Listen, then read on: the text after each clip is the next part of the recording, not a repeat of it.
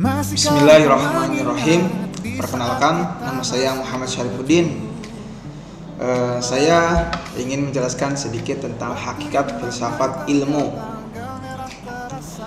Latar belakang, kita mulai dari latar belakangnya. Filsafat adalah merupakan ilmu pengetahuan yang menyelidiki hakikat segala sesuatu untuk memperoleh kebenaran. Ilmu pengetahuan tentang hakikat menanyakan tentang apa hakikat atau intisari dari suatu esensi segala sesuatu. Terus hakikat filsafat ilmu. Pokok permasalahan utama yang dikaji filsafat mencakup tiga segi, yaitu apa yang disebut benar dan apa yang disebut salah atau logika. Mana yang dianggap baik dan mana yang dianggap buruk, itu etika. Serta apa yang termasuk indah dan apa yang termasuk jelek, itu estetika. Kemudian selain tiga cabang utama tersebut, kemudian bertambah lagi, yakni yang pertama teori tentang hakikat kebenaran zat, tentang hakikat pikiran, serta kaitan antara zat dan pikiran yang semuanya terangkum dalam metafisika. Yang kedua itu politik, yakni kajian mengenai organisasi sosial atau pemerintahan yang ideal. Jadi selain cabang yang utama itu ada tiga, kemudian ditambah lagi dengan dua, dengan metafisika dan politik. Jadi cabang ilmu filsafat itu ada 5.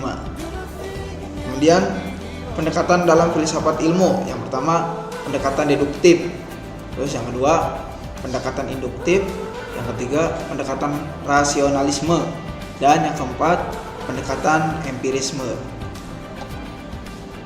Pendekatan deduktif ialah pendekatan deduktif kerap dikontraskan dengan pendekatan induktif. Pendekatan deduktif merupakan prosedur yang berpangkal pada suatu peristiwa umum yang kebenarannya telah diketahui atau diyakini dan berakhir pada suatu kesimpulan atau pengetahuan baru yang bersifat lebih khusus. Kemudian pendekatan induktif.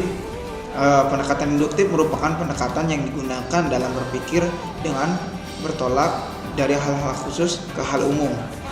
Jadi pendekatan deduktif dengan induktif ini saling berkebalikan atau berkontra.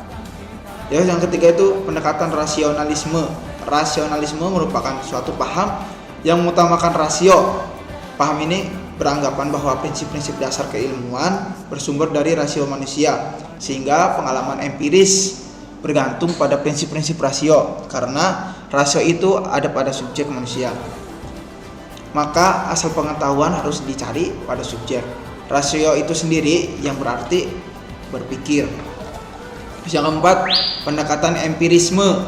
Empirisme merupakan satu paham yang mengutamakan pengalaman. Secara harfiah, istilah empirisme berasal dari bahasa Yunani, yaitu kata emperia yang berarti pengalaman.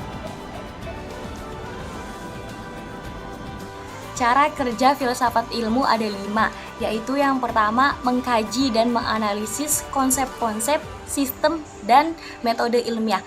Yang kedua, mengkaji keterkaitan antara ilmu yang satu dengan ilmu yang lainnya. Dan yang ketiga, mengkaji persamaan ilmu yang satu dengan ilmu yang lainnya tanpa mengabaikan persamaan kedudukannya. Yang keempat yaitu mengkaji perbedaan ilmu yang satu dengan ilmu yang lainnya. Dan yang kelima adalah mengkaji konseptual dan bahasa yang digunakannya. Landasan hakikat filsafat ilmu terbagi menjadi 4. 1. Ontologi. Ontologi merupakan apa yang dikaji dalam ilmu pengetahuan atau hakikat apa yang dikaji. 2. Epistemologi. Epistemologi merupakan cara untuk mendapatkan pengetahuan. Ketika kita ingin mengetahui sesuatu, kita akan mencari cara bagaimana kita bisa mengetahui tentang apa yang ingin kita ketahui. 3. Ada sarana berpikir ilmiah. Sarana berpikir ilmiah merupakan kumpulan dari pengetahuan. Pengetahuan berpikir merupakan proses bekerjanya akal. 4. Aksiologi. Aksiologi merupakan nilai kegunaan ilmu. Ilmu akan berguna bagi perkembangan peradaban manusia.